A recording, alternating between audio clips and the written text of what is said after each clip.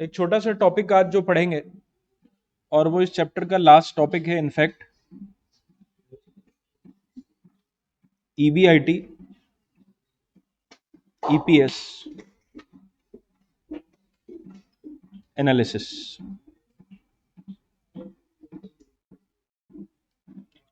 EBIT, EPS analysis. चलो भाई, अब बातें नहीं, थोड़ी देर देखिए। कॉन्सेप्ट वाइज टॉपिक इजी है, nothing is new. EBIT, EPS analysis के टॉपिक में हमेशा एक कंपनी को फंड्स की रिक्वायरमेंट होगी। अब बातें नहीं, थोड़ी देर से हमें पैसा चाहिए 30 लाख रुपए एक्सपेंशन करने के लिए, और ये फंड रेज करने के हमेशा आपको एक से ज्यादा ऑप्शंस दिए जाएंगे। ये आइडेंटिफिकेशन बता रहा हूं क्वेश्चन की। Always you will be requiring funds, and to procure those funds, to fulfil that requirement, you will be having more than one options. For example, company को 30 लाख रुपए चाहिए, और ये फंड रेज करने के उन्होंने आपको 3 ऑप्शन दिए, 1, 2 and 3। And I write debt, preference, equity.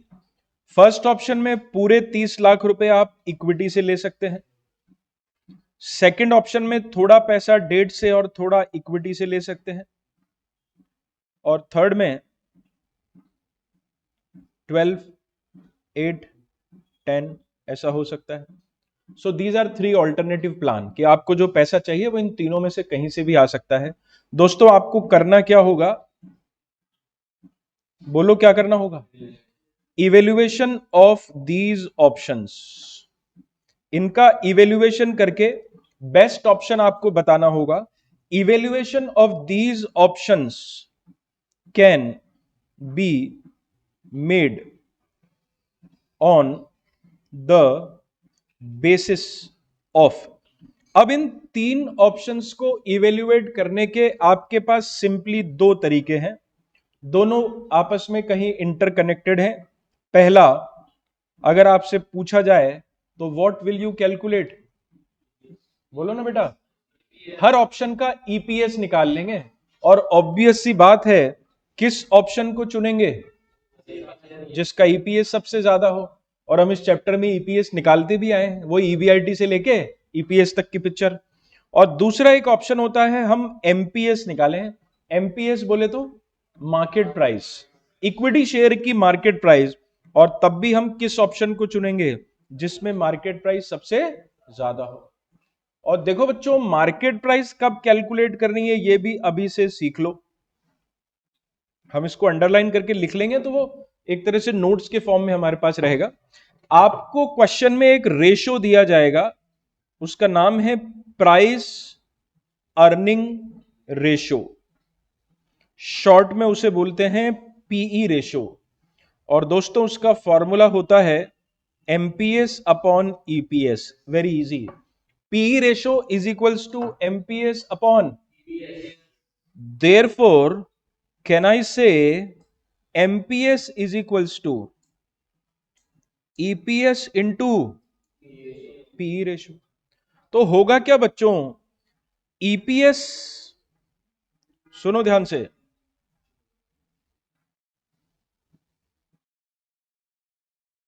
EPS आप कैलकुलेट कर लेंगे, पी रेशो आपको क्वेश्चन में गिवन होगा, और इन दोनों को मल्टीप्लाई करने से क्या आ जाएगा?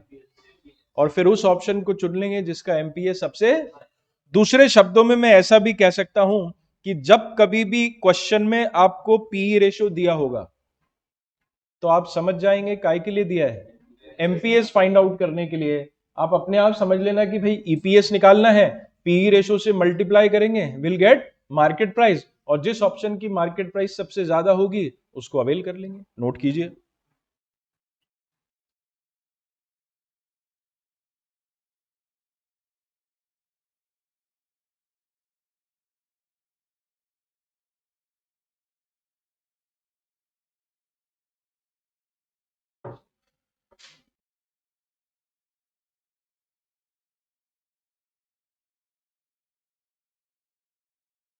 It is called EBIT EPS analysis. We are in requirement of funds. The funds required can be procured from various alternative sources. We have to evaluate the sources and identify the optimum option. And this can be done through two ways. One is to calculate EPS, another one is MPS. MPS कब calculate करेंगे?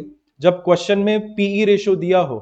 So we'll multiply the EPS with the PE ratio and get the market price per share.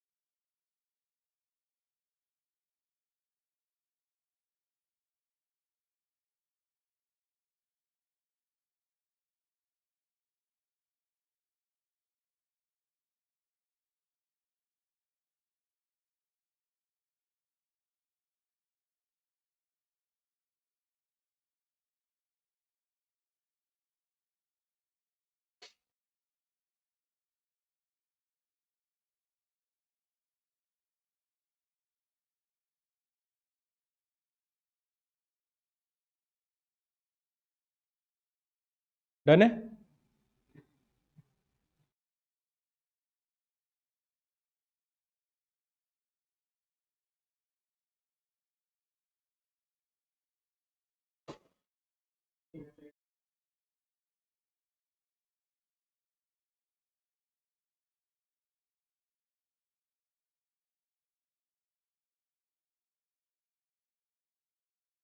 चलो question देख लेते हैं. चलें आगे. Module में है क्या इसका कोई क्वेश्चन? एक आध होना चाहिए. एक मॉड्यूल में होगा, एक आध उधर होगा बूस्टर में. यस. क्वेश्चन नंबर 17 मॉड्यूल का क्वेश्चन नंबर 17. एक ही इलस्ट्रेशन पेंडिंग है इसका. The XYZ company plans to expand assets by 50%. पहले ही बात कर लेते हैं. अभी कंपनी की असेट्स कितनी है? 2 लाख. नहीं, अभी कितनी है? देखो ना बैलेंस शीट में बेटा. सॉरी, 20 लाख. और क्वेश्चन की पहली लाइन में कहता है the company plans to expand assets by 50%. मतलब आपको एक्सपेंशन के लिए कितना पैसा चाहिए? I can say it is funds required. एक कंपनी को एक्सपेंशन के लिए 10 लाख रुपए चाहिए. उसने डायरेक्ट नहीं बोला, बोल दिया 50% का एक्सपेंशन करना है, तो भैया 10 लाख रुपए चाहिए. To finance the expansion it is choosing between a straight 6% debt and equity issue. और आपको कितने ऑप्शन दिए हैं? 2. पहला ऑप्शन कौन सा? डेट इशू कर लो. दूसरा ऑप्शन कौन सा? इक्विटी इशू कर लो. करंट बैलेंस शीट आपको दी है बॉस. ऑलरेडी भी कंपनी के पास डिवेंचर है ना? तो याद है मैंने कल भी ऐसा कहा था, जो ऑलरेडी हैं वो तो रहेंगे ही सही, और ऑलरेडी आपके पास इक्विटी शेयर्स भी हैं. Fine, good enough. Income statement दिया है, sales minus total cost excluding interest is EBIT, minus interest is EBT, minus tax is net profit. The company finances proposed expansion with debt. अगर आप पैसा कहां से लाते हैं? डेट फाइनेंसिंग से लाते हैं. The rate on the incremental date will be, तो जो नए डिवेंचर्स आप इशू करेंगे उस पे रेट ऑफ इंटरेस्ट क्या होगी? 6%. पुराने वाले पे कितनी है? 5%. अच्छी बात है. And the price earning ratio क्या दिया है बॉस? यहीं से आप समझ जाएंगे इसका मतलब क्या निकालना है? एमपीएस निकालना है. Price earning ratio will be 10. And if is financed by equity, और अगर आप पैसा इक्विटी से लाए, the new shares can be sold at ₹33.33। दोस्तों, पुराने शेयर्स का प्राइस क्या, नए शेयर्स जो इशू किए जाएंगे वो किस रेट पे? याद है कल भी ऐसा एक क्वेश्चन में हमने किया था, वो 30 लाख रुपए जो थे, किसी को याद हो तो, पुराने शेयर 10 रुपए पे थे, और जो नए शेयर्स आप इशू कर रहे थे शाबाश, वो 25 रुपए पे इशू कर रहे थे। इसी तरह से यहां पुराने शेयर 10 रुपए पे और नए शेयर 33 रुपए पे, and price earning ratio in that case will remain 12। तो ये दो ऑप्शन हो गए। एक बार अपन बात कर लेते हैं। फर्स्ट ऑप्शन में पैसा कहां से आ रहा है? डेट से। क्या rate of interest? P ratio क्या होगा? 10। सेकंड ऑप्शन में पैसा कहां से आ रहा है? इक्विटी से। इक्विटी शेयर जो इशू करोगे वो कितने पे? 33.33 पे, और तब पी रेशियो क्या होगा? 12। Fine sir. Assuming that net income before interest and tax, बोले तो ईबीआईटी, इज 10% ऑन सेल्स। अब मुश्किल बात यह है कि वो कह रहा है calculate EPS if sales is 20 lakhs, 40 lakhs, 80 lakhs and 100 lakhs under the alternative forms of financing the expansion program assuming no fixed cost। इसका मतलब क्वेश्चन आपको 4 to 8 टाइम्स सॉल्व करना, क्योंकि दो ऑप्शन है ना आपके पास। 20 लाख की सेल्स, दो ऑप्शन, 40 पे दो, 80 पे दो और 100 पे दो। फिर कहता है using price earning ratio calculate market value of equity. अच्छा, मैंने एक बात बताना भूल गया, अभी बता दूंगा। अभी आपने ब्रैकेट में लिखा होगा, वो ईपीएस के आगे ब्रैकेट में क्या लिखा? Profit maximisation. और नीचे एमपीएस के आगे क्या लिखा? इन दोनों को कनेक्ट करके रखिए। मैं ये कह रहा हूं कि जिन कंपनीज का ऑब्जेक्ट प्रॉफिट मैक्सिमाइजेशन होता है, वो प्रोजेक्ट का सिलेक्शन ईपीएस के बेसिस पे करते हैं, और जिन कंपनीज का ऑब्जेक्ट वेल्थ मैक्सिमाइजेशन होता है, ये कभी हम पढ़ेंगे बेसिक्स में, एफएम की थ्योरी में आएगा ये, जिन कंपनीज का ऑब्जेक्ट वेल्थ मैक्सिमाइजेशन होता है, वो अपने प्रोजेक्ट का सिलेक्शन एमपीएस के बेसिस पे करते हैं, क्योंकि कंपनी के लिए वेल्थ का मतलब होता है मार्केट वैल्यू। क्या होता है? सो आप अपनी मार्केट वैल्यू को बढ़ाना चाहते हैं। तो देखो, इसने कहा भी है, इसीलिए सी पॉइंट में कहा है, if the firm follows the policy of seeking maximising the price of it share, कौन सा मॉडल कंपनी के लिए अच्छा होगा? ठीक है, शुरू करते हैं। मैं एक ऑप्शन कर लेता हूं, फिर बाकी आप जैसा बोलेंगे वैसा देखेंगे।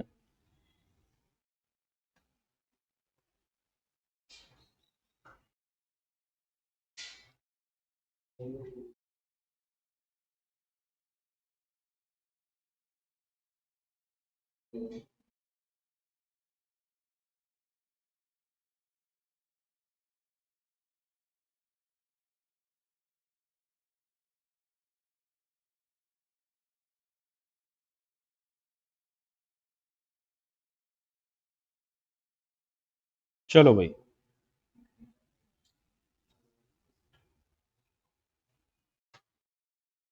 Evaluation of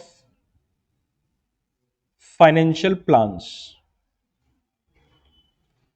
first option, second option,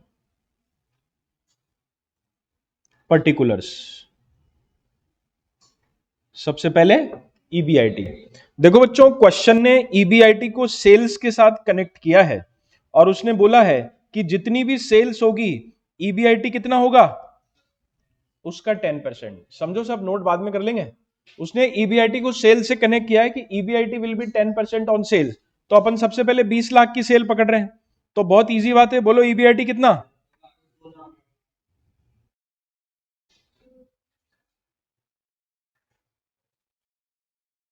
अच्छा, एक और सुविधा रहती है, अगर हम यहां पे लिख लें कि किस ऑप्शन में पैसा कहां से आ रहा है।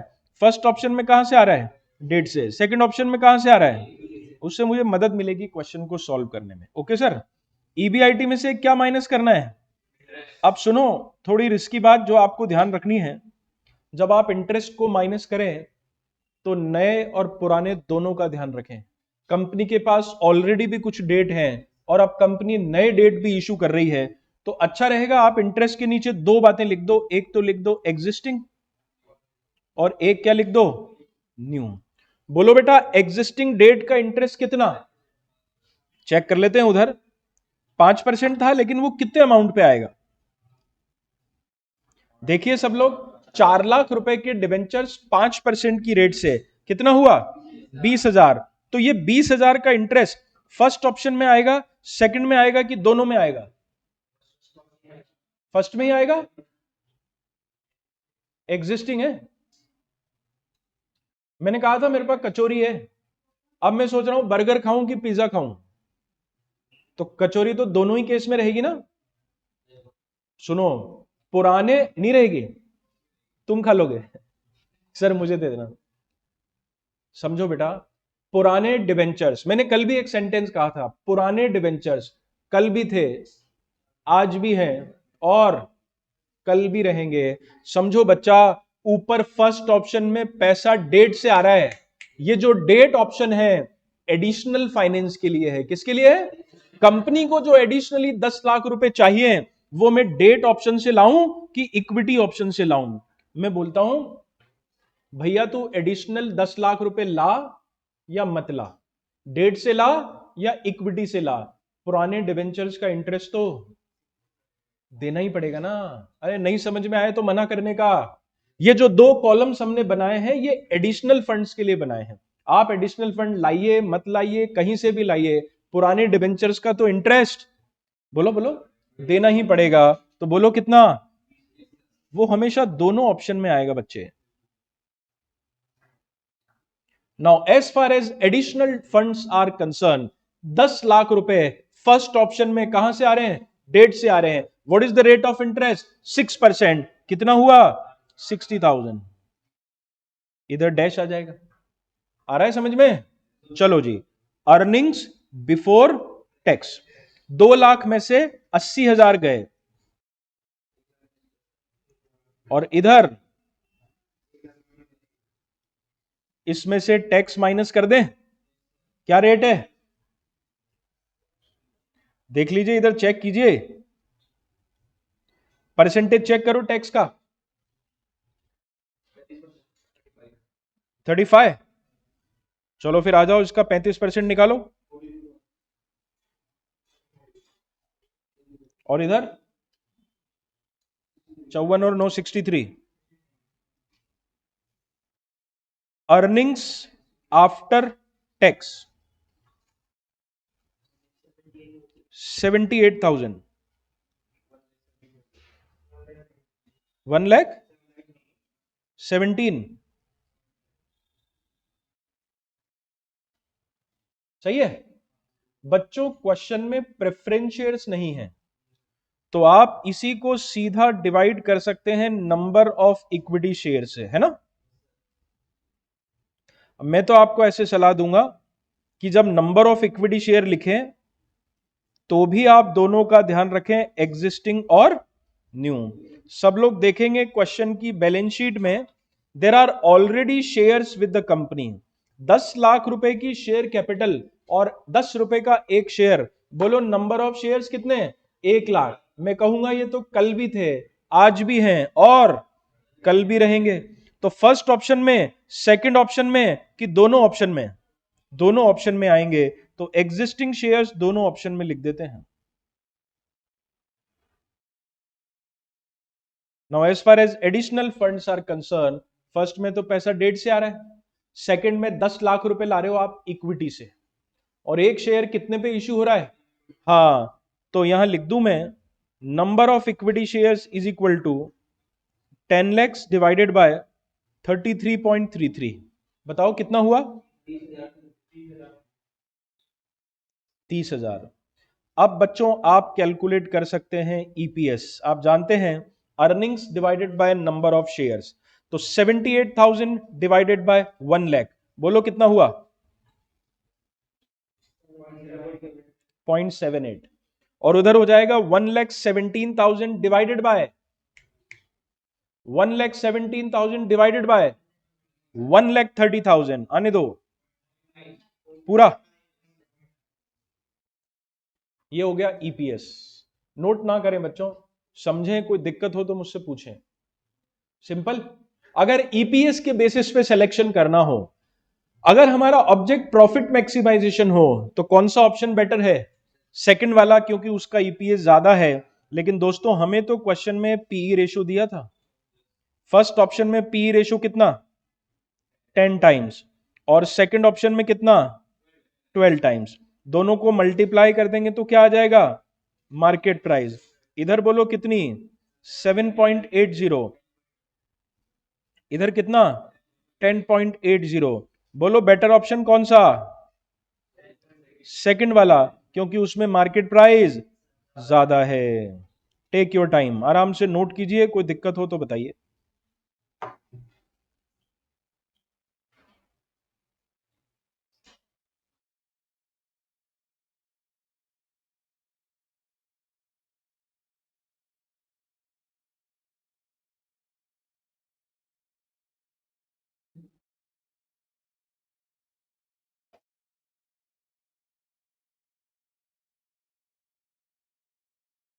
शाबाश।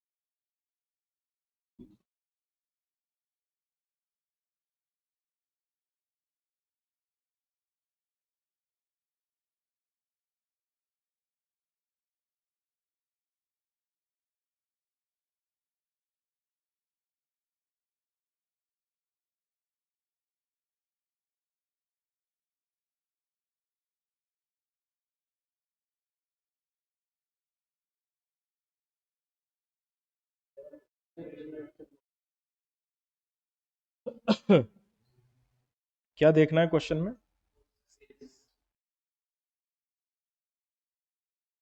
40, 80, 100। हाँ मतलब घर पे कर लेना, अब तो क्या करना है। आगे जरूरत है क्या मुझे कराने की?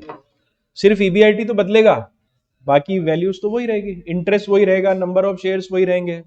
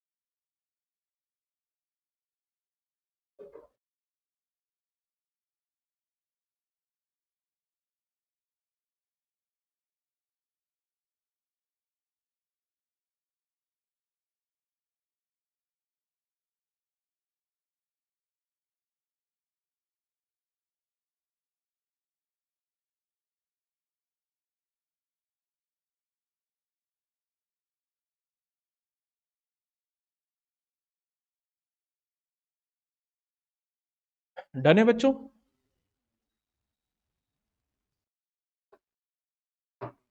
हटा दूं? बाकी आप कर लोगे ना? कर लेना, दिक्कत आए मुझसे पूछ लेना। कौन सा किया है? 17? ठीक है, तो 17 हो गया।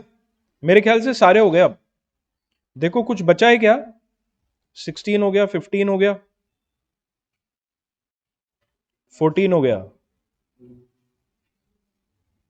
13 हो गया, 12 भी हो गया, 11 हो गया,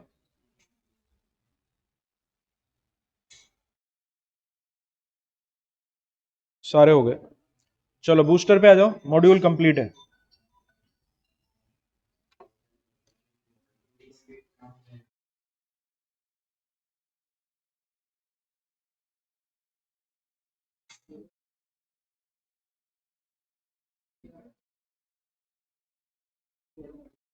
हम्म, 16 बचा है इसका। कौन है 16? ठीक है ठीक है, चलो करते हैं।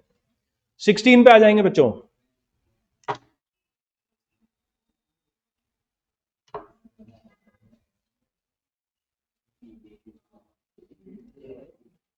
Question number 16। The financial highlights of Amtech limited are as follows. EBIT दिया है, डेप्रिसिएशन दिया है, टैक्स रेट गिवन है, अर्निंग पर शेयर गिवन है, बुक वैल्यू ऑफ शेयर है, नंबर ऑफ आउटस्टैंडिंग शेयर्स हैं, डेट इक्विटी रेशो है।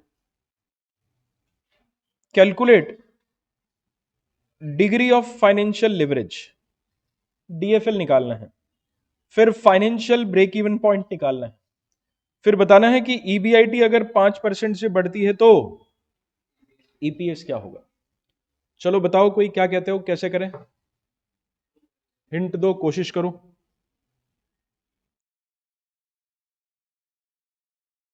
देखो सबसे पहले सुनो, सबसे पहले क्या पूछा है आपसे? Financial leverage. क्या इस क्वेश्चन में कहीं प्रेफरेंस शेयर दिखाई दे रहे हैं आपको? तो डीएफएल का फॉर्मूला बोलेगा कोई? ईबीआईटी अपॉन छोटा वाला फॉर्मूला काम में ले सकते हैं। अब दोस्तों ईबीआईटी तो मुझे दे रखा है क्वेश्चन में, लेकिन ईबीटी नहीं दे रखा है। उसके लिए इंटरेस्ट चाहिए, इंटरेस्ट के लिए डिबेंचर्स चाहिए, और डिबेंचर दे नहीं रखे हैं। लेकिन कहीं ना कहीं क्वेश्चन में मुझे क्या दे रखा है बेटा? Date equity ratio. अगर मेरे पास कहीं से इक्विटी आ जाए तो मैं डेट निकाल सकता हूं, हाँ कि ना? तो क्वेश्चन को ध्यान से देखो, क्या कहीं से आप इक्विटी फाइंड आउट कर सकते हो? देखिए क्वेश्चन को ध्यान से, ज्यादा बड़ा नहीं है क्वेश्चन। और आगे आगे, हाँ समझो। देखो कई बार क्या होता है कि जो इंग्रेडिएंट दिए उसी से अपने को कुछ तैयार करना है खाना, तो जो दिए उसी से तो तैयार करेंगे।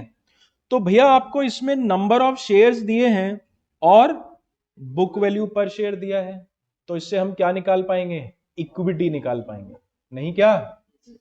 Equity is equals to number of equity shares into, बोलो, बुक वैल्यू। बोलो नंबर ऑफ शेयर कितने हैं? हाँ, देवी देवताओं के बराबर है नंबर ऑफ शेयर्स, 33 करोड़, इतने ही होते हैं ना। इंटू 30 रुपीज पर शेयर, बोलो बच्चा कितना हुआ? 990 करोड़।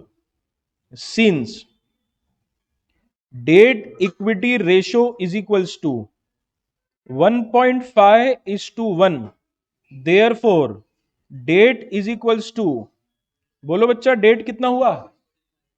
सॉरी,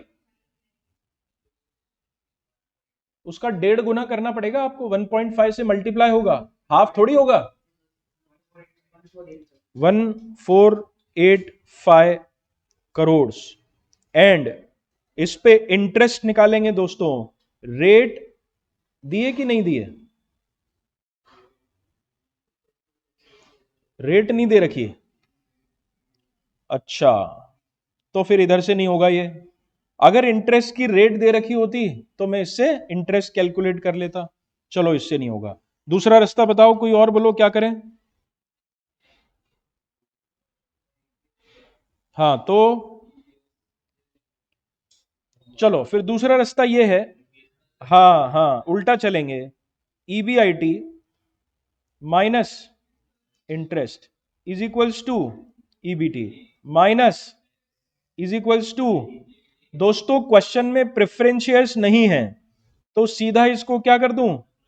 तो ईपीएस आ जाएगा। चलो जी, ईपीएस कितना? 4 रुपए। नंबर ऑफ शेयर्स कितना? 33 CR। तो अर्निंग आफ्टर टैक्स बोलो। 132 CR। क्या आप जानते हैं किसी भी चीज को 1 माइनस टी से डिवाइड करें तो वो बिफोर टैक्स बन जाती है। ध्यान रखना पड़ेगा बेटा आपको। टैक्स रेट 30% है, इसका मतलब ये 70% रहा होगा। तो 132 डिवाइडेड बाय 70%, 188.57। मैं तो कहता हूं अब इंटरेस्ट की जरूरत ही नहीं है, अपने पास आ गया ना ईबीआईटी और ईबीटी दोनों। तो वैल्यू पुट करके बता दीजिए डीएफएल कितना।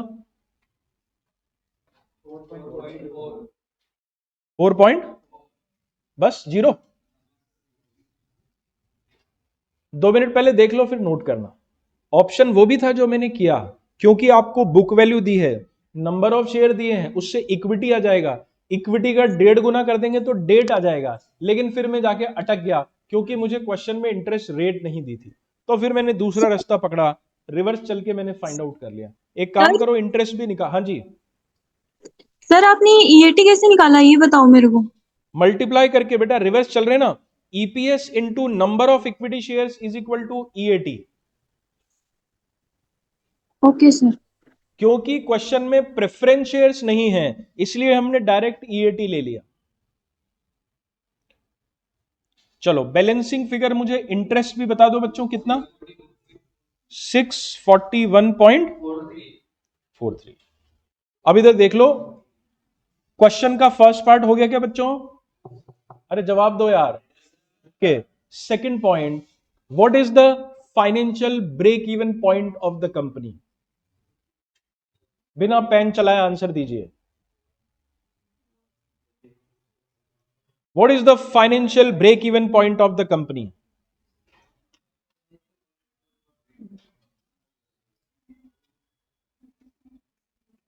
बोलो।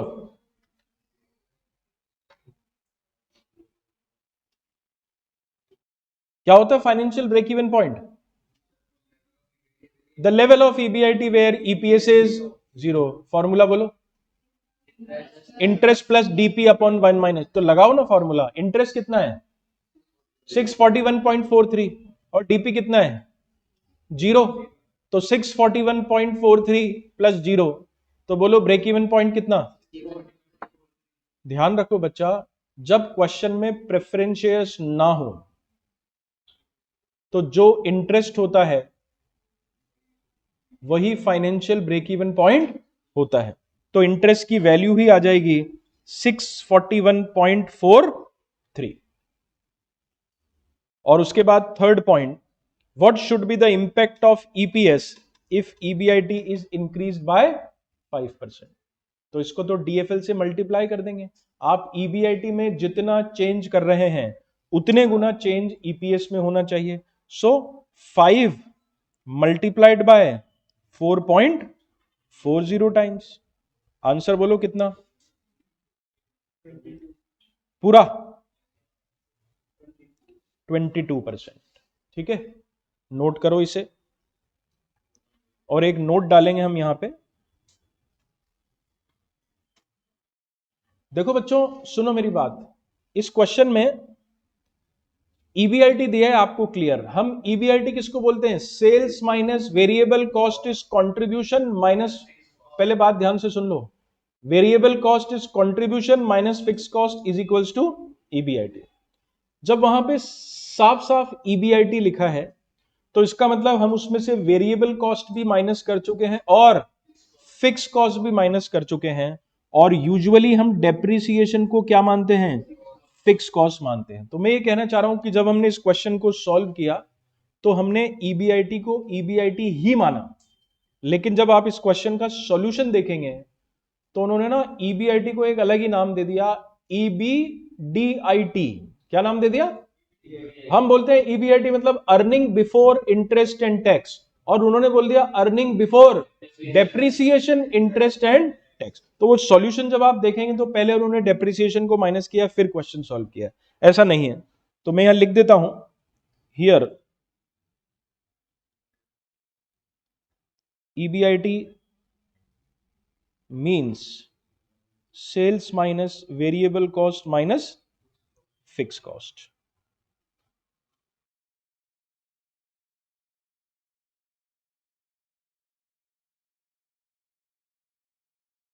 इंक्लूडिंग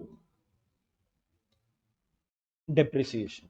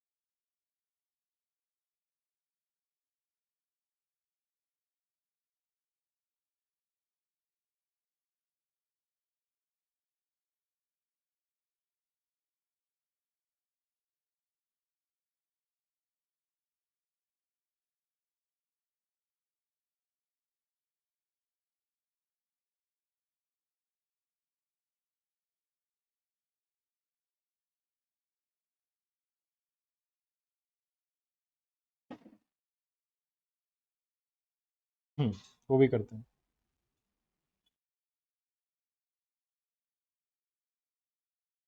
क्यों क्यों बताऊं? अरे पढ़ो, चलो थर्ड पॉइंट पढ़ो, पहले थर्ड पॉइंट पढ़ो, मुझे पढ़ के सुनाओ। किन दो आइटम्स की बात कर रहे हैं अपन? ईबीआईटी और ईपीएस। वो कह रहा है ईपीएस में 5% चेंज होगा तो, सॉरी, ईबीआईटी में 5% चेंज होगा तो ईपीएस का क्या होगा? कौन सा लिवरेज काम आएगा? Financial leverage. तो आप ईबीआईटी में जितना चेंज करेंगे ईपीएस में उतने गुना चेंज होगा, फाइनेंशियल लिवरेज काम आएगा। देखो क्वेश्चन में फाइनेंशियल लिवरेज कितना है? 4.40। तो अगर आपने ईबीआईटी में 5% चेंज किया तो उसका 4.4 गुना ईपीएस में चेंज होगा। ठीक है, मैं फिर बोल दूं, यहां मानने वाली बात है कि ये जो ईबीआईटी है इसको हम क्या मान रहे हैं? तो बाय डिफॉल्ट ईबीआईटी जो है वो sales minus variable cost minus fix cost होता है, फिर वो चाहे कैश हो या नॉन कैश हो। तो हमने इसको पूरा ईबीआईटी, लेकिन क्वेश्चन का सॉल्यूशन जब आप देखेंगे तो उन्होंने उसको ईबीडीआईटी मान लिया। यूजुअली ऐसा नहीं, या तो वो हमें ब्रैकेट में लिख के दे कि ये जो ईबीआईटी है ये बिफोर डेप्रिसिएशन है या आफ्टर डेप्रिसिएशन, वरना बाय डिफॉल्ट ईबीआईटी वर्ड जो है वो आफ्टर डेप्रिसिएशन ही होता है। ठीक है ना? एग्जाम में जो भी आप करें नोट डाल के आए नीचे। इस तरह की सिचुएशन आती है कहीं कहीं, आगे भी कुछ चैप्टर्स में आएगी। वॉट एवर यू डू नीचे नोट डाल दीजिए, अगर ऐसा कभी भी कंफ्यूजन हो तो उसको नोट डाल दें। चलो इसके बाद क्या है? 17 हो गया, 18 हो गया, 20 नहीं हुआ, हो गया, 21 हो गया, 22, हाँ ये पेंडिंग है, आओ देखते हैं। Question number 22, the Drew furniture company is considering the introduction of a new product line, plant and inventory expansion equal to 50%। अभी भी वही सिचुएशन है, ध्यान से देखो कंपनी की टोटल एसेट कितनी है, देखो ना बच्चा, हम 50% का एक्सपेंशन करना चाहते हैं, मतलब कितना? 1 लाख का एक्सपेंशन होगा इस क्वेश्चन में।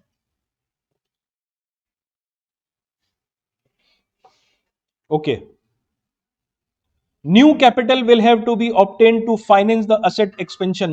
The following two proposals have been developed to provide additional capital। दो ऑप्शन है, पहला option raise ₹1 lakh by issuing 10 years, बोलो बच्चा क्या? 12% बॉन्ड, बॉन्ड बोले तो डिवेंचर्स, सिमिलर है दोनों। This will change the capital structure from one with about 20% debt with almost 50% debt। तो वो कहना ऑफ कोर्स सी बात है, ऑब्वियस सी बात है, जब आप डिबेंचर्स को बढ़ाएंगे तो उससे कंपनी का कैपिटल स्ट्रक्चर बदलेगा। डिबेंचर्स को रेज करने से डिबेंचर्स का प्रपोर्शन बढ़ेगा। पहले मेरे पास 50 के डिबेंचर थे, अब 70 के हो गए, तो ऑब्वियसली उसका प्रपोर्शन बढ़ गया। तो ये इंफॉर्मेशन कुछ काम नहीं आएगी, बस वो कह रहा है कि डिबेंचर्स को रेज करने से आपका डेट इक्विटी रेशो बढ़ जाएगा, कोई बात नहीं। The investment banking house estimate the price earning ratio, P ratio, बोलो बच्चा कितना, 12, and be reduce to 10 if this method of financing is chosen. तो चलो अपन 12 हटा देते हैं। वो कह रहा है अगर आप डेट फाइनेंसिंग पे जाएंगे तो बोलो पीई रेशो क्या होगा। अब एक बार बात कर लेते हैं, कितनी कैपिटल चाहिए, 1 लाख रुपए। फर्स्ट ऑप्शन में पैसा कहां से आ रहा है, बॉन्ड से। अरे दिक्कत आ रही है क्या ये बताने में, फिर से, कितनी कैपिटल चाहिए, 1 लाख। फर्स्ट ऑप्शन में पैसा कहां से आ रहा है, बॉन्ड से। क्या रेट ऑफ इंटरेस्ट, और इस सिचुएशन में डेट इक्विटी रेशियो क्या होगा।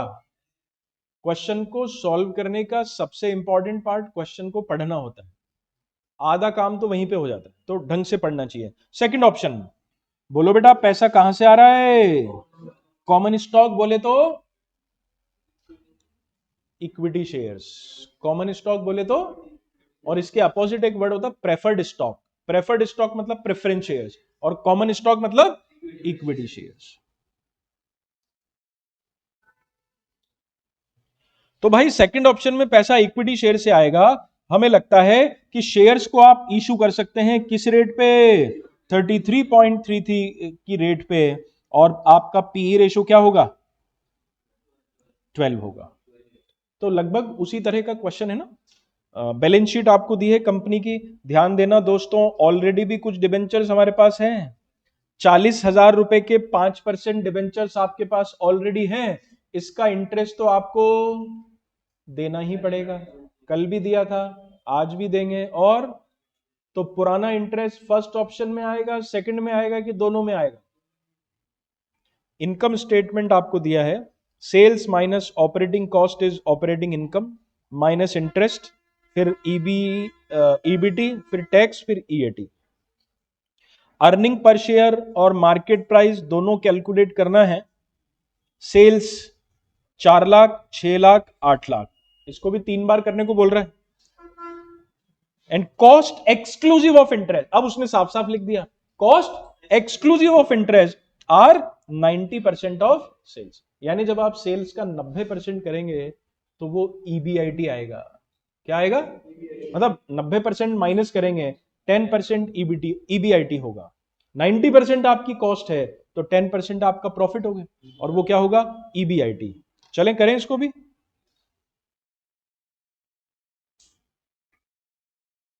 वही दो ऑप्शंस, एक अमाउंट ले लेते हैं कोई भी।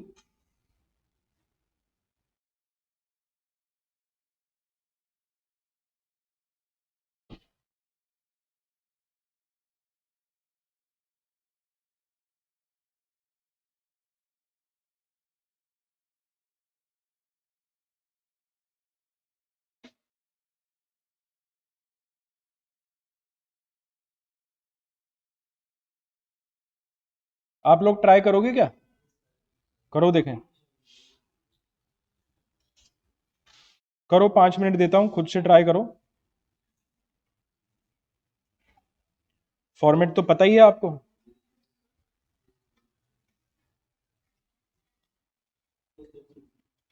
बता रहा हूं, फर्स्ट वाला पार्ट कर लो जहां सेल्स 10 लैक्स है, सॉरी 4 लैक्स है। बच्चों सेल्स अगर 4 लैक्स है तो ईबीआईटी उसका 10% हो जाएगा, क्योंकि 90% आपकी कॉस्ट हो जाए। तो आप सीधा 40,000 की ईबीआईटी से भी शुरू कर सकते हैं। करिए 40,000 की EBIT.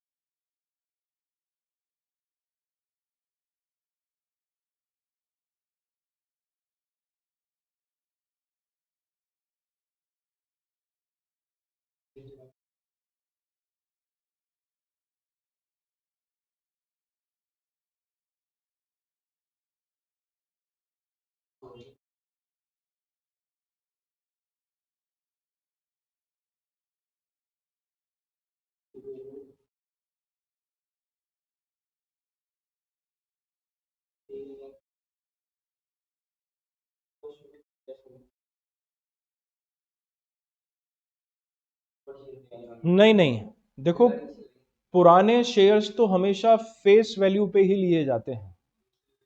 And in the absence of, हाँ, 10 रुपए फेस वैल्यू ले लो आप, यानी पुराने शेयर जो हैं वो 10 रुपए के हिसाब से 10,000 आएंगे।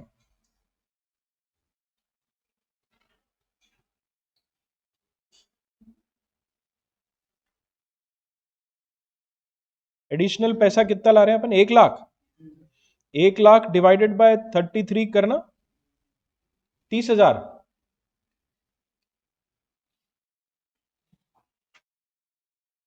नहीं, 1 लाख डिवाइडेड बाय 33, 30,000।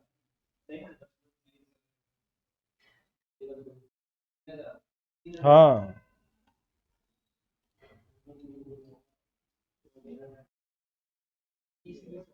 3,000, ठीक है।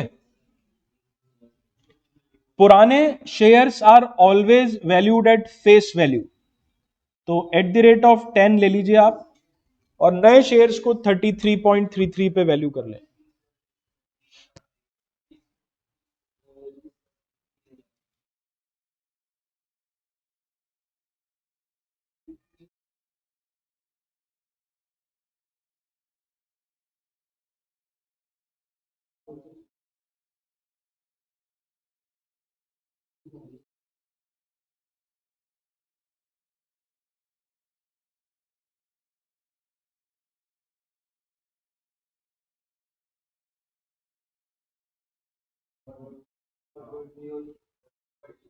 देखते हैं।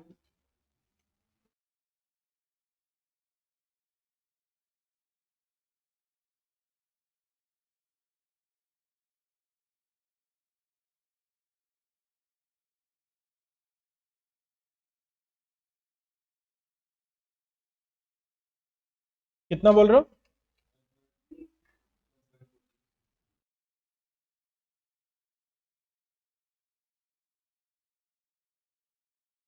हाँ, सही है, करेक्ट है।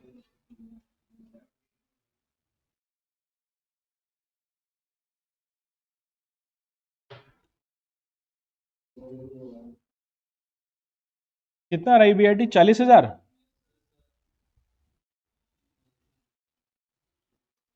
इंटरेस्ट, एग्जिस्टिंग इंटरेस्ट कितना? ये दोनों में आएगा। नया कितना? फर्स्ट में आएगा, सेकंड में नहीं आएगा। अर्निंग बिफोर टैक्स 26 आएगा ना। और इधर इनकम टैक्स क्या रेट है?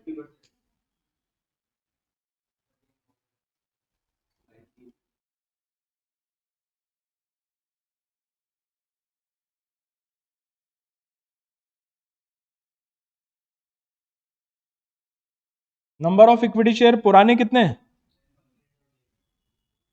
1 लाख शेयर 10 रुपए के हिसाब से लिए हैं। पुराने शेयर्स को हमेशा फेस वैल्यू पे ही लिया जाता है। नए शेयर्स आप इशू प्राइस पे लेंगे 33.33% की, तो इधर डैश और इधर 3,000। ईपीएस बोलो।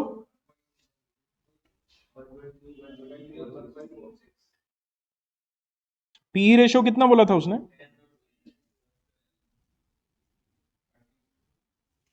13.5।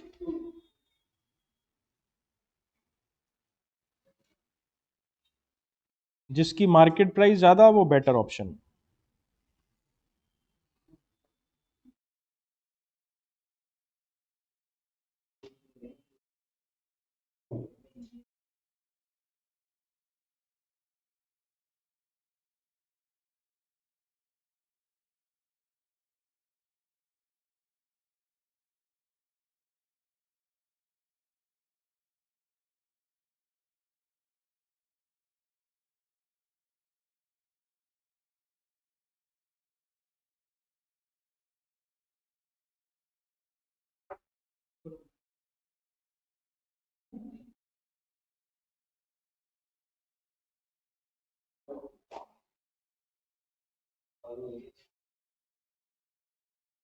ठीक है, बाकी दोनों पार्ट तो कर ही लोगे, सेम चलेगा वो तो।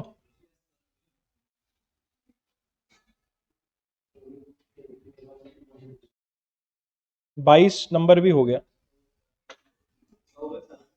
सारे हो गए।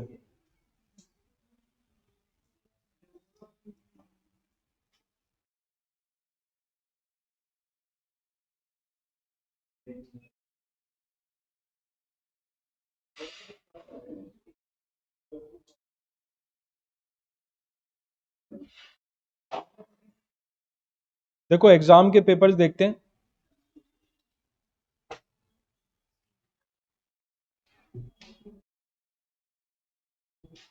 ये जून 25 का है शायद। चलो जी, इधर ध्यान देंगे सब लोग। जून 25 का एग्जाम पेपर है ये, अभी वाला लेटेस्ट। मैं एमसीक्यूज भी देख रहा हूं, लिवरेज में से क्या क्या पूछा गया उससे एक आइडिया लग जाएगा अपने को। 1 नहीं है, 2 नहीं है, 3 नहीं है, 4 नहीं है, 5 नहीं है, 6। देखो बच्चों, question number 6। ABC Limited is selling its product at 2 rupees per unit. Variable cost 35%, while fixed cost is 1 lakh. Units 1 lakh दी है, 14% डिवेंचर है 26,000 रुपए। Calculate financial leverage for the firm. करो फटाफट रफ में और आंसर बताओ मुझे क्या आता है। फाइनेंशियल लिवरेज कैलकुलेट करना है।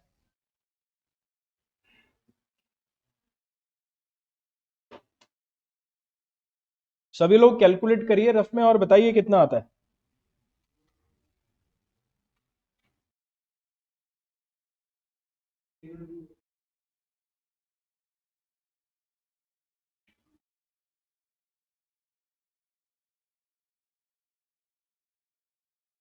मैं भी करता हूं।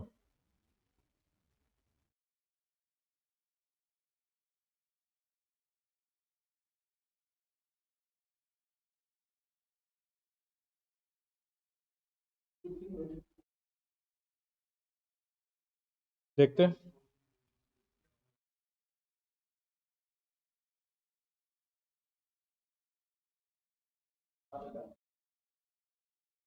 सत्तर,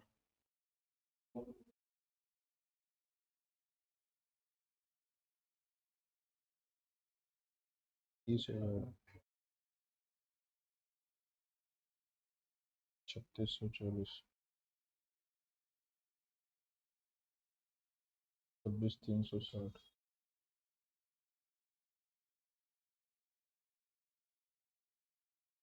हाँ जी, आंसर वेरी गुड।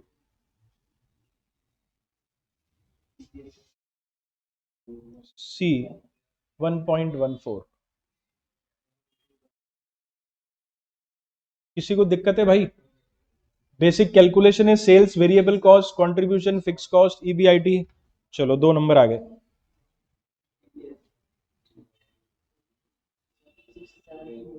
हम्म,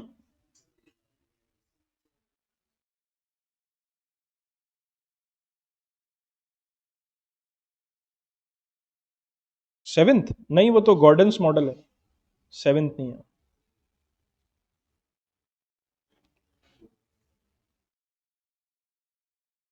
क्वेश्चन नंबर 11। देखो ये बेनिफिट होता है कॉन्सेप्ट डिस्कस करने से। पढ़ो, बताओ क्या है।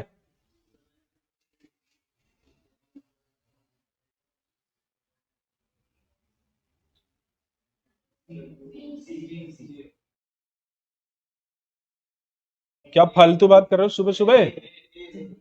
ट्रेडिंग ऑन इक्विटी किसको बोलते हैं? सुनो, अब इस बहाने रिवीजन भी हो जाएगा। हमने एक टॉपिक पढ़ा था, सिग्निफिकेंस ऑफ फाइनेंशियल लिवरेज। बोलो सब लोग, क्या पढ़ा था? निकालो तुम्हारे रजिस्टर में, देखो तुम्हारे रजिस्टर में एक चार्ट बना होगा, सिग्निफिकेंस ऑफ फाइनेंशियल लिवरेज लिखा होगा। सी नहीं है बेटा, ऑनलाइन वाले सी क्यों बोल रहे हो? ऐसा मत करो यार, दिल मत तोड़ो मेरा।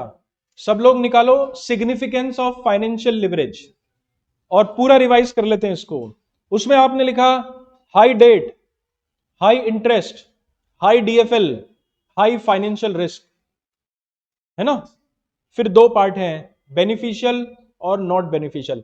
हाई फाइनेंशियल लिवरेज भी आपके लिए बेनिफिशियल होता है if ROI is more than interest rate. और बाकायदा मैंने समझाया था, जब 12% पे उधार ले रहे हो, 18% कमा रहे हो, तो 6% का फायदा हो रहा है आपको। तो so when ROI is more than interest rate, high financial leverage is beneficial for the firm. और इसके नीचे कुछ गोला बना के लिखा होगा बेटा, क्या लिखा है? Trading on equity. तो अब बोलो, ट्रेडिंग ऑन इक्विटी सिचुएशन किसे कहते हैं? जब कंपनी का आरओआई इंटरेस्ट रेट से, मैंने आपको एक दिन पढ़ाते समय कहा था कि आपके रजिस्टर में एक वर्ड आपसे मिस नहीं होना चाहिए। और कोई ज्यादा बड़ी बात नहीं है इसमें, आपको करना क्या है, घर जाके रोज थोड़ा सा पढ़ना ही तो है। जो कुछ मैंने लिखा है वो आपकी जानकारी में होना चाहिए। अब बोलो इसका answer, A is the answer. जब आरओआई इंटरेस्ट रेट से ज्यादा होता है तो हम उसे ट्रेडिंग ऑन इक्विटी सिचुएशन कहते हैं, और इसमें फाइनेंशियल लिवरेज कंपनी के लिए बेनिफिशियल होता है। तो 2 नंबर कट गए आपके, तो मेरे हिसाब से नहीं कट।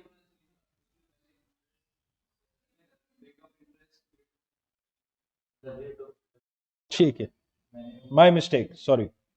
सही कह रहे हैं फिर आप, नहीं गए 2 नंबर, मेरे गए, उल्टा हो गया। तो आंसर सी ही आएगा भाई, I am sorry. ROI is more than interest rate, ठीक है, करेक्ट है। चलो, उसके बाद 12, 13, 14, और ये तो उसका बीडीए का है, ये भी बीडीए का है, ठीक है। तो 2 4 नंबर आपको लिवरेज में से पूछे गए। उसके बाद तो इसका फिक्स है क्वेश्चन, नीचे आता है कहीं 6-7 नंबर पे।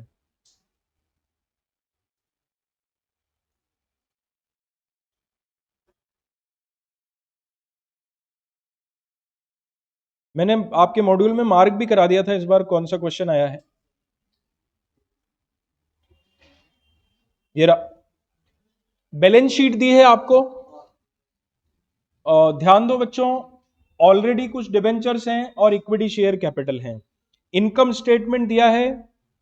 अब देखो इसने यहां साफ लिख दिया, ऑपरेटिंग एक्सपेंसेस ब्रैकेट में क्या लिखा है, इंक्लूडिंग 55,000 डेप्रिसिएशन, ईबीआईटी, ये सब आ गया। और मैंने कहा था आपसे कि कुछ नहीं कहा जाए तो हम डेप्रिसिएशन को क्या मानते हैं, फिक्स कॉस्ट में। फिर वो कह रहा है कि डीओएल, डीएफएल और डीसीएल निकालो। देखो आगे लिखा भी है, if all operating expenses other than depreciation are variable. इसका मतलब डेप्रिसिएशन क्या है, फिक्स कॉस्ट। फिर कहता है कि अगर इंक्रीज बाय 20% हो या डिक्रीज बाय 20% हो तो ईपीएस क्या होगा, हो जाएगा। ये वो मॉड्यूल वाला ही क्वेश्चन है, सिर्फ फिगर्स डिफरेंट है।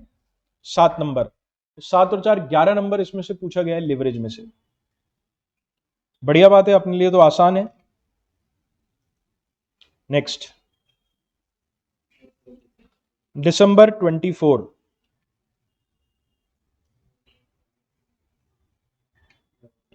Question number 2। If operating leverage is 1.22, sales इतना, वेरिएबल कॉस्ट इतना, then EBIT is equal to, करो।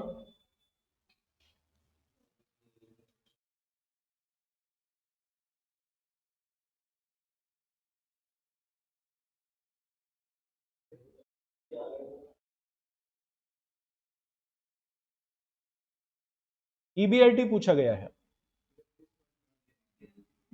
शायद नहीं। करो ना आप, कैलकुलेटर पे करो आराम से, जल्दीबाजी क्यों। जैसे मुझसे गलती हो गई जल्दीबाजी पढ़ने में उस ऑप्शन को, तो आराम से पढ़ो और कैलकुलेशन करो।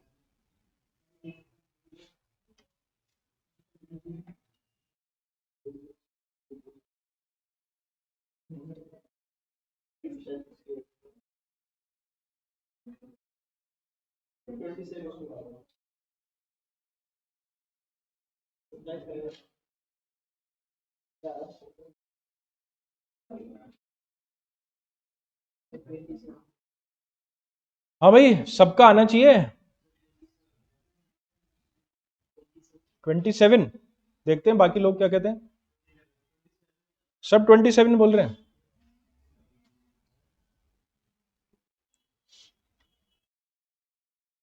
चलो, OL is equals to C upon, therefore EBIT is equals to C upon OL। 75 lakh की सेल्स है, 42 लाख की वेरिएबल कॉस्ट है, तो कंट्रीब्यूशन कितना हुआ? 33 लाख। ऑपरेटिंग लिवरेज 1.22 है, तो आंसर कितना? 27 lakh. B is the answer. किसी को दिक्कत है क्या बच्चों? ये सेम क्वेश्चन हमने किया है, किसको याद है? देखो मैं याद दिलाता हूं, एक बड़ा सा क्वेश्चन हमने किया था जिसके 6 पार्ट थे। मैं आपको पार्ट याद दिलाता हूं, अगर किसी को याद आ जाए ऑप्शन तो।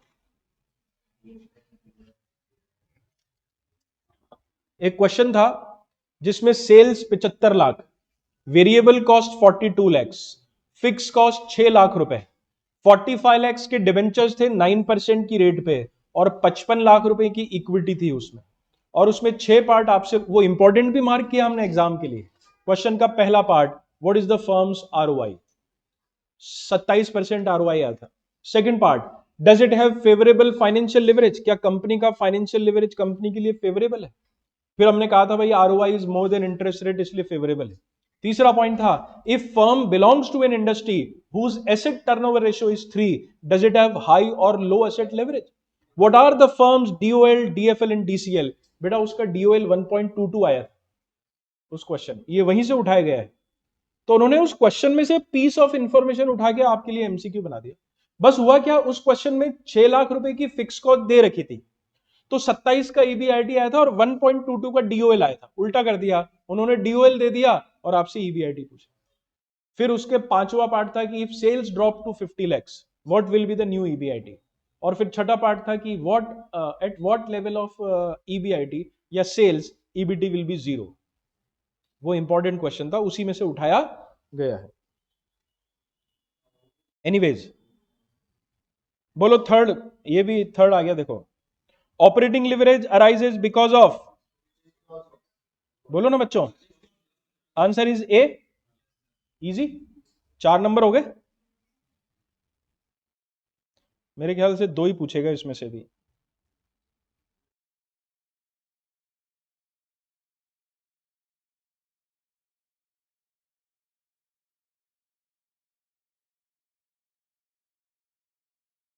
क्वेश्चन नंबर 10 भी कर लेते हैं, करो आप। चलो पढ़ लेते हैं पहले।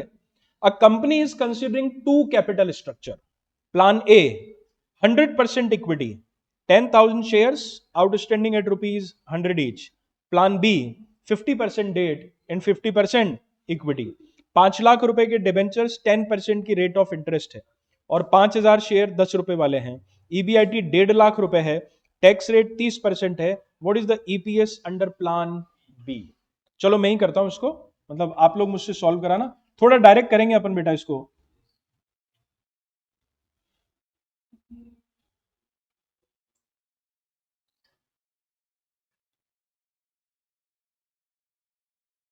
चलो, EBIT बोलना कितना? अपन तो दोनों का निकाल लेते हैं, वो कुछ भी पूछे क्या दिक्कत है अपने को। माइनस इंटरेस्ट, बच्चों फर्स्ट ऑप्शन में पैसा इक्विटी से आ रहा है तो डैश डाल दूं।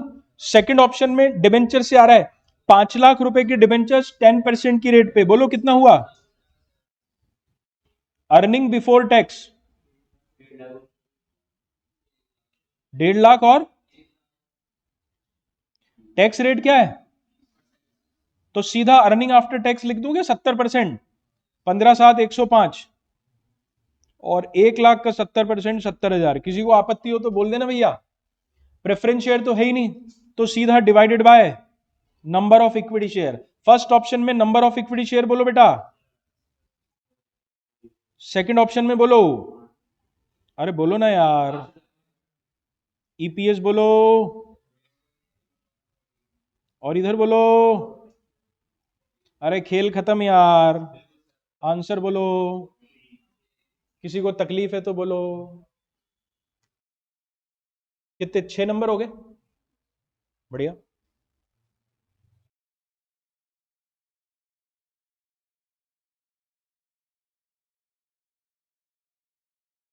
तो 6 नंबर तो यहां से आ गए। नीचे चलते हैं, क्या है।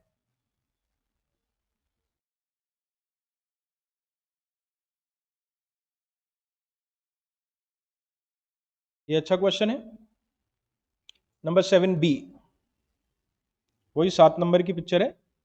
Alpha Pharma Limited which has been engaged in business for last 5 years। कुछ इंफॉर्मेशन आपको दी है, यूनिट्स आपको दी हैं 1,45,000, फिक्स कॉस्ट है, वेरिएबल कॉस्ट है, डिबेंचर्स हैं, इक्विटी कैपिटल है, फेस वैल्यू जो है वो शेयर की 10 रुपए, सेलिंग प्राइस ये रही 23 रुपए। मेरे ख्याल से सारी इंफॉर्मेशन है। Sales, variable cost, contribution, fix cost, EBIT, interest, EBT, tax, EAT, सब आ जाएगा। Nothing is missing. पहला अच्छा पॉइंट है, पहला ही। What is the number of units that should be sold so that EBT is equal to 0? कोई theoretically बताओ क्या करेंगे। थोड़ा सा दिमाग लगाना पड़ेगा, ज्यादा नहीं, थोड़ा सा। बोलो।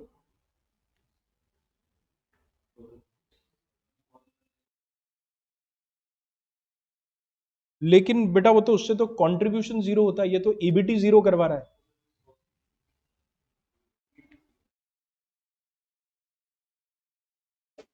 वही चक्कर है, आप भूल गए। मैं लिखता हूं यहां पे, याद करने की कोशिश करना।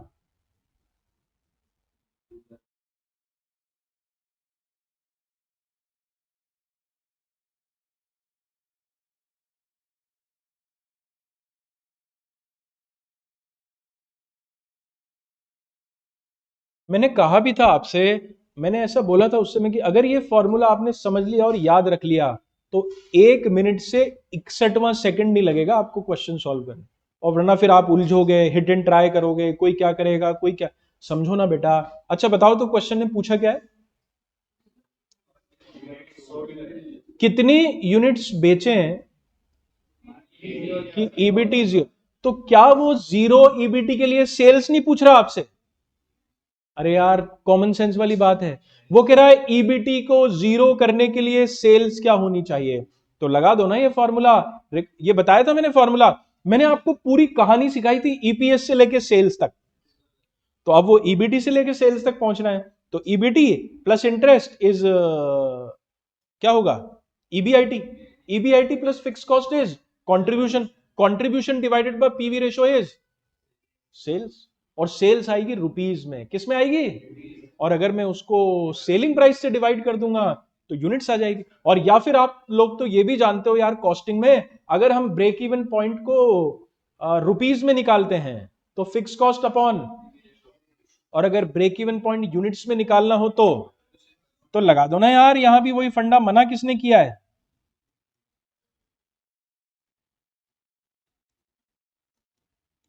बोलो बेटा, ईबीटी कितना, इंटरेस्ट कितना है। देखो सब लोग,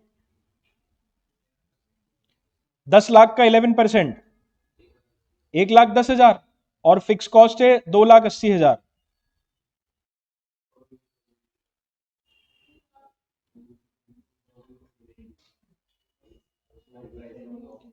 कंट्रीब्यूशन 23 रुपए और 17 रुपए।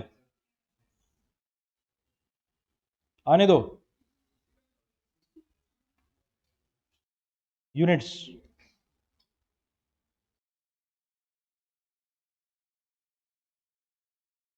65,000 यूनिट्स। कोई दिक्कत किसी को फर्स्ट पार्ट में। सेकंड पार्ट, इफ ईबीआईटी, ध्यान देना, if EBIT increases to 3 times the current EBIT, what is the earning after tax. तो ईबीआईटी से क्या पूछ रहा है, अर्निंग आफ्टर टैक्स पूछ रहा है। हो जाएगा, ईबीआईटी अगर 3 गुना हो जाए तो अर्निंग आफ्टर टैक्स क्या होगा। और third part, what will be the DOL, DFL and DCL, तीनों लेवरेज निकालना। तो ये अच्छा क्वेश्चन है, थोड़ा स्ट्रांग है लेकिन किया हुआ तो है। जून 24।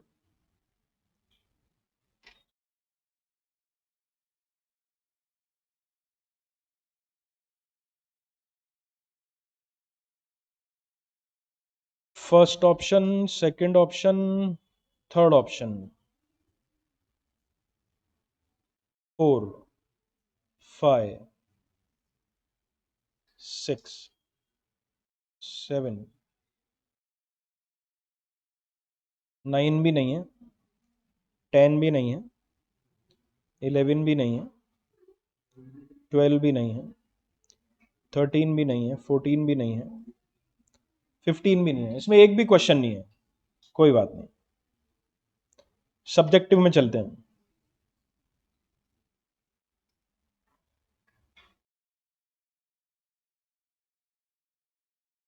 7 का B, 7B, J Limited currently has equity share capital of rupees 40 lakhs, 40,000 equity shares of rupees 100 each. Management को और कितना पैसा चाहिए? Another 30 lakh to finance a major programme of expansion. और आपको ऑप्शन दिए हैं बच्चों 4। बोलो फर्स्ट ऑप्शन में पैसा कहां से? सेकंड में 15 लाख इक्विटी से और बाकी डिबेंचर से, 10 लाख इक्विटी से और बाकी वही डिबेंचर या टर्म लोन से, 15 लाख इक्विटी से और बाकी प्रेफरेंस शेयर्स। तो अब कितने ऑप्शन हो गए? 4। ईबीआईटी बोलो बेटा कितनी? 15 लाख रुपए। टैक्स रेट कितना? क्या निकालना है अपने को? हर ऑप्शन का ईपीएस निकालना है। हो पाएगा क्या? हाँ या ना तो करो, इसको ट्राई करना।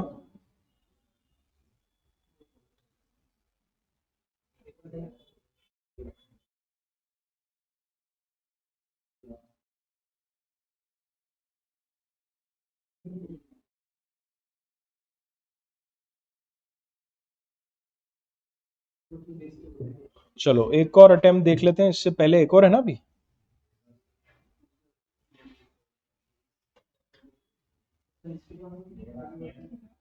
पर ये तो दिसंबर 23 भी इसी पैटर्न पे है क्या?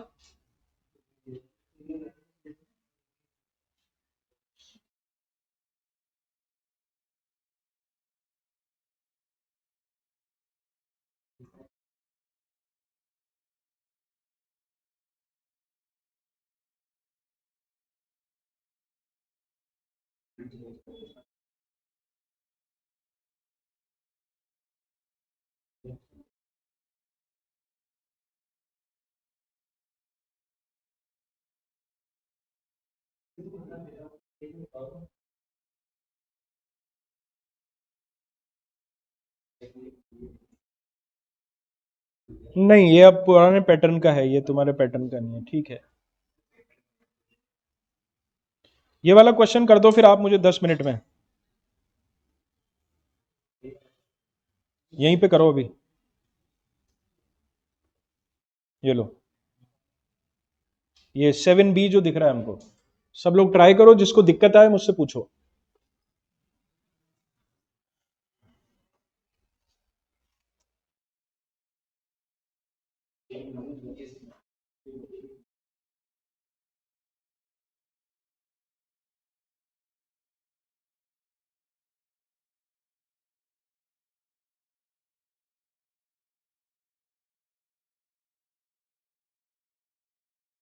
₹15 लाख की ईबीआईटी लेनी है और 4 कॉलम्स बनेंगे, 4 ऑप्शन, 1 2 3 4।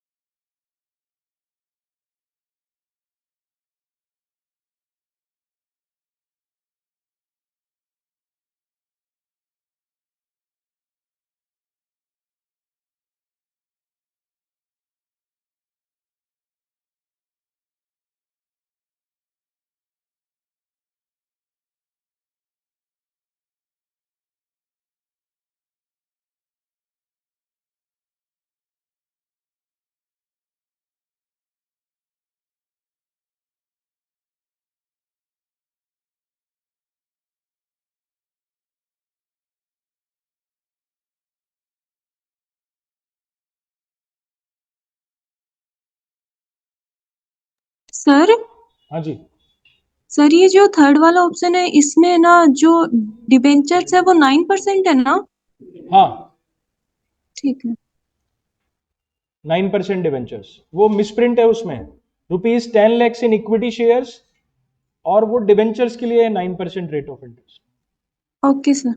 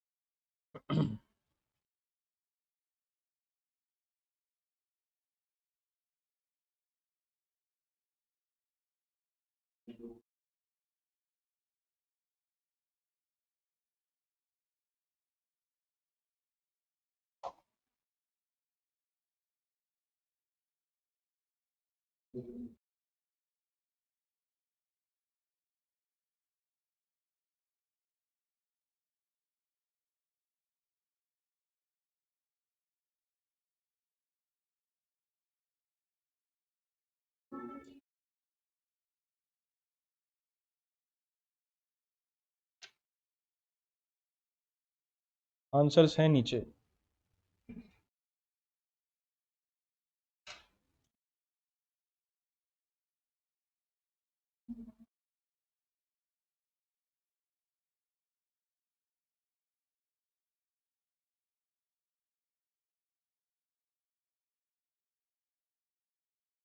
तीस हजार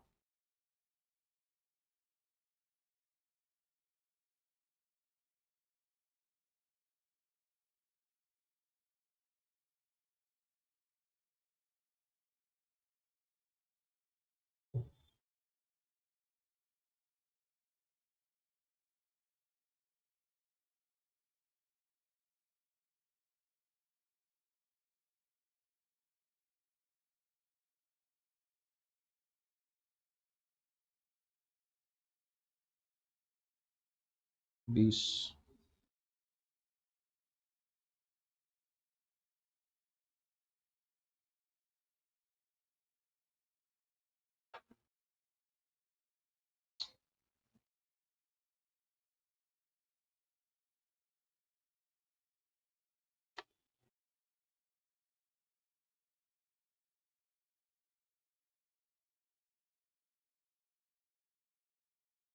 15।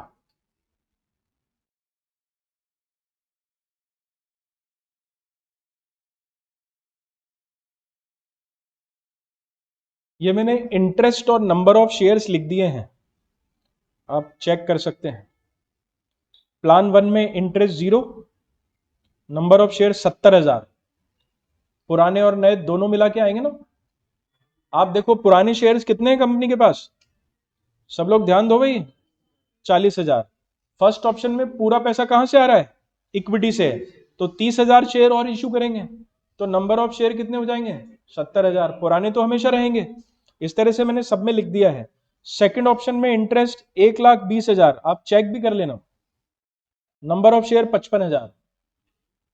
थर्ड ऑप्शन में 180 और number of share 50,000। Fourth option में डिविडेंड 75,000 और नंबर ऑफ शेयर 55,000। कोई कर रहा है तो देखो सही है क्या। फर्स्ट में फाइनेंशियल लेवरेज 1 होगा ना, इंटरेस्ट नहीं है ना। निकालेंगे तो सही, ईबीआईटी अपॉन ईबीटी सेम आएगा तो 1 आएगा।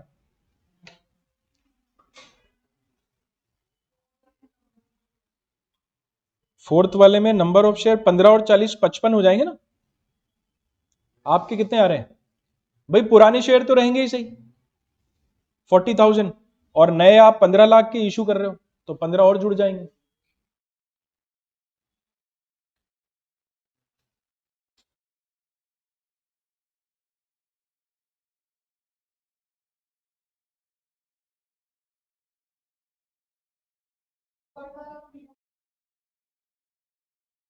थर्ड, हाँ नहीं, डिवेंचर्स रिमेनिंग कितना हो गया? 20 लैक्स।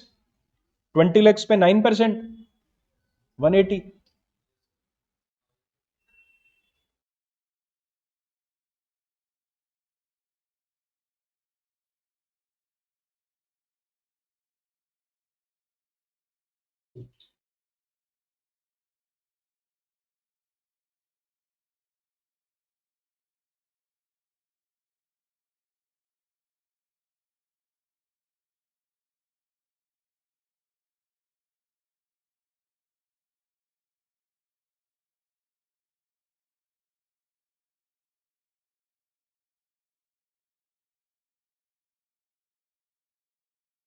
ठीक है,